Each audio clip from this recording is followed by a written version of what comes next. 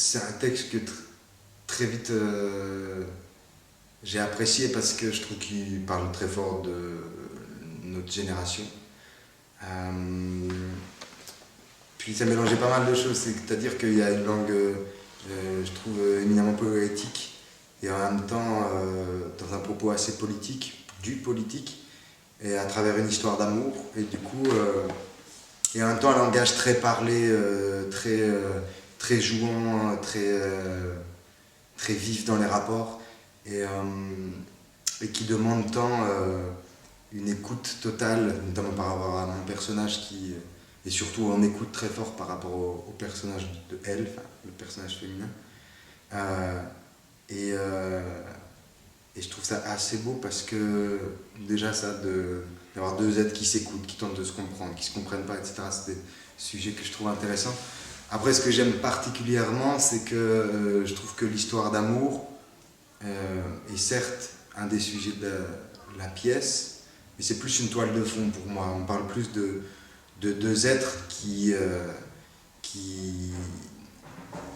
pour qui vivre dans la société d'aujourd'hui est quelque chose de pas simple. Ils ont du mal à trouver leur place, à comment exister dans le monde d'aujourd'hui, à comment se trouver, comment savoir c'est quoi ses rêves, comment on peut croire encore à nos rêves. Je trouve que ça parle vachement d'une génération perdue qui tente avec plus ou moins de réussite pendant toute une partie de la pièce, de se réunir pour avancer ensemble et de se dire que d'une certaine manière, au moins ensemble, on sera plus fort. Et ça, c'est quelque chose que j'aime beaucoup. Du coup, c'est pas une grande histoire d'amour. Enfin, si, c'est une grande histoire d'amour, mais je trouve que c'est une histoire d'amour contemporaine et très ancrée avec les sujets de société d'aujourd'hui. Et ce qui est beau aussi, c'est clairement, cette pièce, elle fait le pari de l'amour, ce qui est assez rare aujourd'hui, en effet. C'est-à-dire que, alors que pendant toute la pièce, on a l'impression que ça ne marchera pas, à la fin, ils font une sorte de pacte d'amour et de dire, ok, en fait, on va avancer ensemble, on va traverser tout ça ensemble, on va s'éliminer ensemble. Et en ça, je trouve que c'est beau parce que c'est porteur d'un espoir, mais pas d'un espoir...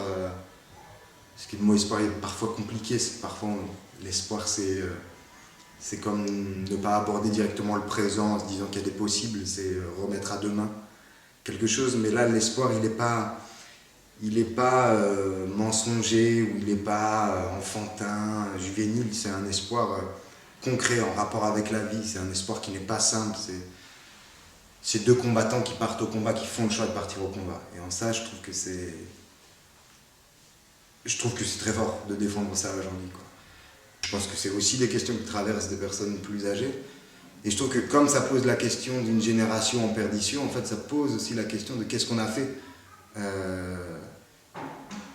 qu'est-ce qu'on a laissé, qu'est-ce qu'on a légué à cette génération qui nous suivra. Et je trouve que ça pose des belles questions, en fait. Parce que je pense que ça laisse des choses tant positives qui peuvent être peut-être d'un endroit de l'amour, de la fidélité des rapports,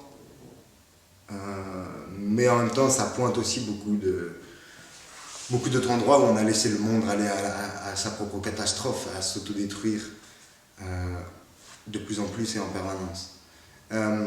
Donc voilà, mais pour tous ces sujets, je trouve que c'est une pièce que je trouve vraiment nécessaire et qui n'est pas juste dans un langage quotidien, naturaliste. Il y a vraiment une langue, il y a un traitement de langue, il y a quelque chose de charnel dans la langue, il y a quelque chose d'animal, de sauvage. Et je trouve ça important parce que le propos est du coup décalé et même sublimé par une langue un peu plus poétique, qui mêle vraiment le politique à la poétique. Et voilà, je trouve ça important.